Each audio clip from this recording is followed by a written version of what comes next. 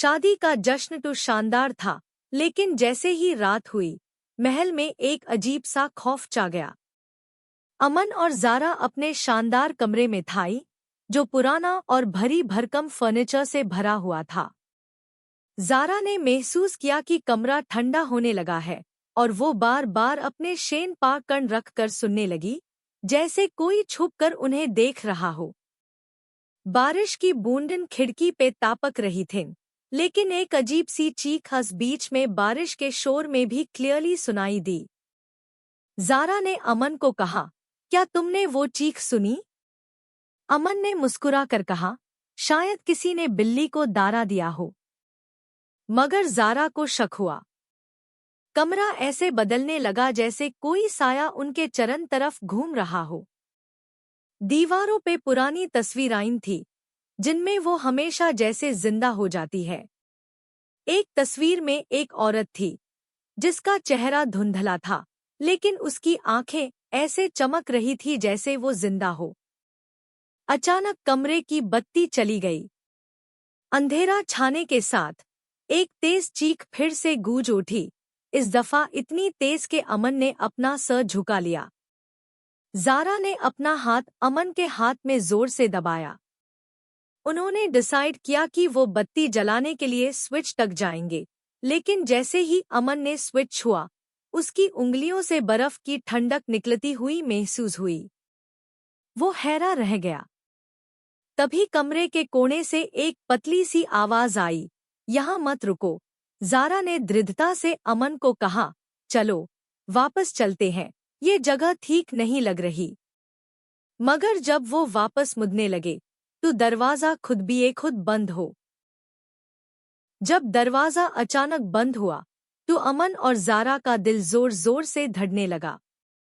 दोनों ने जोर से दरवाज़ा धक्का देने की कोशिश की, लेकिन वो हिलने का नाम नहीं ले रहा था। कमरा इतना ठंडा हो गया था कि उनके सांसें भी धुंधली सी लग रही थी, जैसे हवा में कुछ अजीब सा हो। ज़ारा ने अपनी शॉल से हाथ छुपा लिया, और अमन ने अपने मोबाइल की फ्लैशलाइट ऑन की। रोशनी की किरण कमरे में फैलते ही एक पुरानी डायरी उनके सामने गिर गई। डायरी का कवर भूरा और मिट्टी से ढका हुआ था। अमन ने डायरी उठाई और ध्यान से देखा। डायरी के कवर पर कुछ पुराने निशान थे, जिनके अंदर एक खूनी कारीगर की तस्वीर बनी हुई थी। ज़ारा ने हंसी की, लगता है ये डायरी हाय हमारे राज खोलने वाली है। जैसे ही अमन ने डायरी का पहला पन्ना खोला, उसमें से हल्की सी ठंडी हवा निकली, और डायरी की स्याही खुद एक राज भरा लफ्ज लिखने लगी, बचना। दोनों की आंखें बड़े हो गई। ज़ारा ने पूछा, ये क्या मतलब है? फिर एक और पन्ने पर लिखा, शादी की रात, जब अंधेरा छाता है, पुरानी रूहें अपनी कहानी सुनती है। जब दोनों मेज़ पन्नों को पलटने लगे, तो उन्होंने देखा कि डायरी में उनके ही महल की तस्वीर बनी थी, वो महल जो अब उनके लिए जेल बन गया था। डायरी के आखिरी पन्ने पर एक खत लिखा था, जो शादी में आया, वो शादी के बाद कभी वापस नहीं जाता। उस वक्त कमरे की दीवार पर एक बहुत धीमी सी छाया उठी, जैसे कोई भूत उन्हें देख रहा हो। अमन ने जोर से कहा, ज़ारा, ये सब सच है, हमें कुछ करना होगा। अमन और ज़ारा ने डायरी के खत को पढ़ते ही एक अजीब सी ठंडी सी हवा महसूस की, जो कमर तक सरसरती हुई उनके रेगन में घुस गई। ज़ारा ने अपने आप को संभलते हुए कहा, अमन, ये डायरी सिर्फ कहानी नहीं, एक वार्निंग है। उसकी आवाज में डर था, मगर उसकी हिम्मत भी साफ नजर आ रही थी। अमन ने अपने फोन से फ्लैशलाइट को और तेज किया, ताकि कमरे में छाए साए साफ नजर आए। फिर अचानक से एक हल्के से दरवाजे का खराश सुनाई दिया, जिसे दोनों ने एक साथ सुन लिया। किसी ने दरवाजा खोलने की कोशिश की है, अमन ने कहा। ज़ारा ने अपनी आवाज धीमी करके जवाब दिया, शायद वो कोई रूह है जो हमसे बात करना चाहती है। दोनों ने हिम्मत करके दरवाजा खोला, लेकिन बाहर सिर्फ एक पुरानी छोटी सी चमक रही डोली रखी थी, जिसमें से हल्की सी रोशनी निकल रही थी। ज़ारा ने पूछा, ये डोली यहाँ कैसे आ गई? अमन ने सोच कर कहा, हो सकता है ये कोई सिग्नल हो, किसी पुरानी कहानी का पैगाम। डोली के अंदर से एक पुराना कागज निकला, जिस पर कुछ लफ्ज खुद चमक रहे थे। जो सच जाने वो अपनी जान बचाए।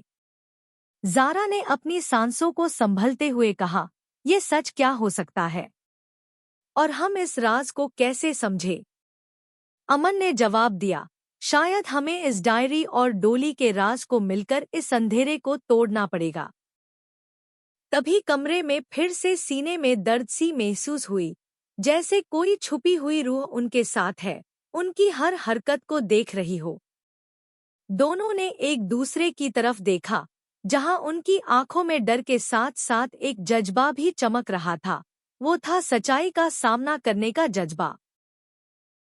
ज़ारा ने डोली को ध्यान से देखा, उसकी रोशनी धीमी सी हिल रही थी, जैसे वो किसी पुरानी रूह की सांसों की आवाज सुनती हो।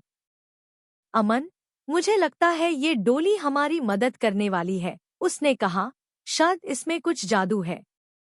अमन ने डायरी का एक और पन्ना खोला, जिसमें एक पुराना नक्शा बना हुआ था, एक छुपा हुआ कमरा, जो इस महल के नीचे छुपा था। ये वो जगह हो सकती है, जहां से ये सारी भयानक चीजें शुरू होती है, अमन ने कहा।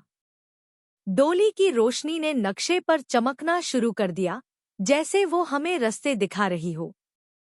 ज़ारा ने हिम्मत जुटाते हुए कहा, चलो, हम उस छुपे हुए कमरे तक जाते हैं। शायद वहां से हमें कुछ राह मिल जाए। जब वो नीचे नीचे गए, तो हर कदम के साथ उन्हें ठंडी हवा और अजीब सी आवाजें सुनाई देने लगी।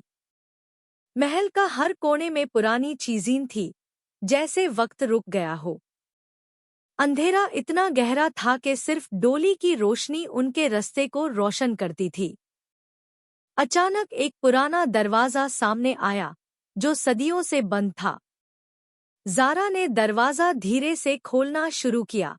तभी एक तेज सी चीख पूरे महल में गूंज उठी, जिसे उनका दिल जोर से धड़क उठा।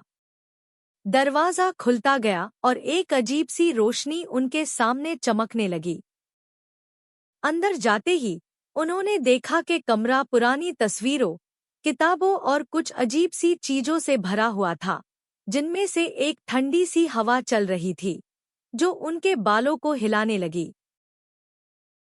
जब अमन और ज़ारा उस पुराने कमरे में कदम रखे, तो हवा में एक अजीब सी खुशबू फैल गई, जैसे कोई पुरानी यादें और दर्द वहां छुपा हो। कमरा इतना अंधेरा था कि उनकी डोली की रोशनी ही उनका रास्ता दिखाती थी। अचानक कमरे के कोने में एक साया धीरे धीरे उठा और धीमी रोशनी में एक शक्ल बनने लगी।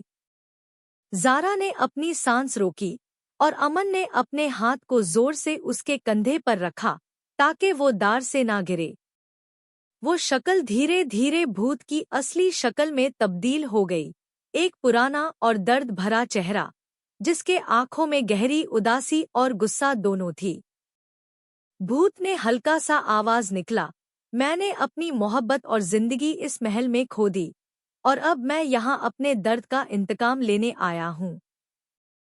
उसकी आवाज में दर्द इतना गहरा था कि अमन और ज़ारा की रूह तक हिल उठी। ज़ारा ने पूछा, तुम्हारा इंतकाम किससे लेना है? हम तुम्हारी मदद कर सकते हैं। भूत ने कहा, जो लोग मेरी कहानी समझेंगे, उन्हीं को मैं राह दिखाऊंगा, वरना ये महल हमेशा अंधेरे में डूबा रहेगा।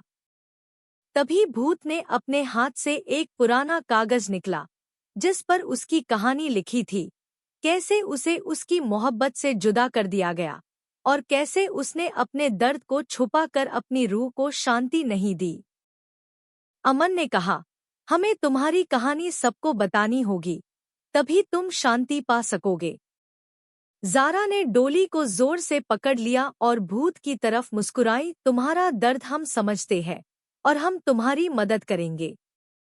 भूत की आंखों में थोड़ी रोशनी आई, जैसे उसने अपने दर्द का बोझ हल्का महसूस किया हो। और तभी एक तेजी से हवा चली और वो भूत धीरे धीरे गायब हो गया। भूत के गायब होने के बाद अमन और ज़ारा ने वो पुराना कागज ध्यान से पढ़ना शुरू किया। कागज पर भूत ने अपनी जिंदगी के दर्द भरी कहानी लिखी थी, कैसे एक वक्त में वो इस महल का मलिक था, अपनी मोहब्बत से जुदा हो गया और नफरत की वजह से उसकी रूह यहाँ फांसी रह गई।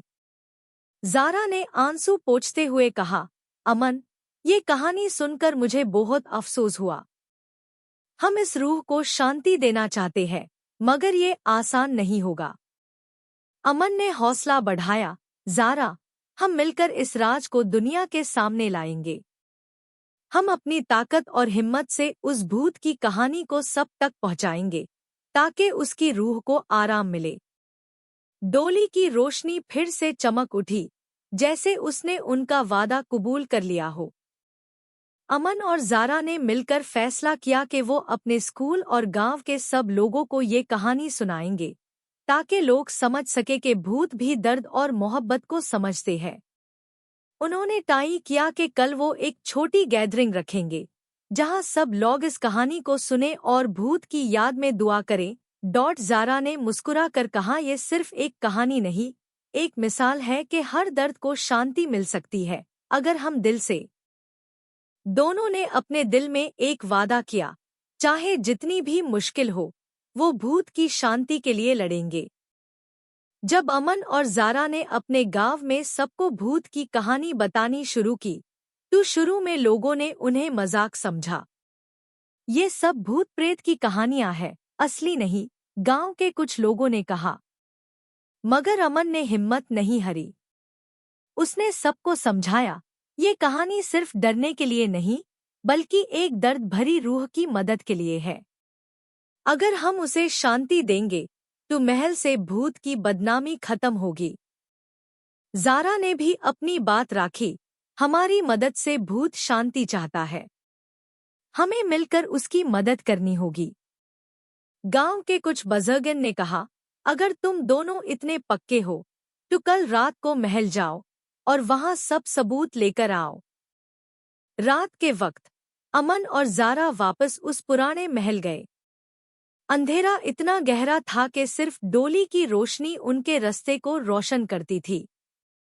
उन्होंने महल के हर कोने को ध्यान से देखा और पुराने कागज, तस्वीरें और रूह के बारे में लिखे हुए सबूत जमा किए। तभी एक हल्की सी रोशनी महल के एक कोने में चमकी।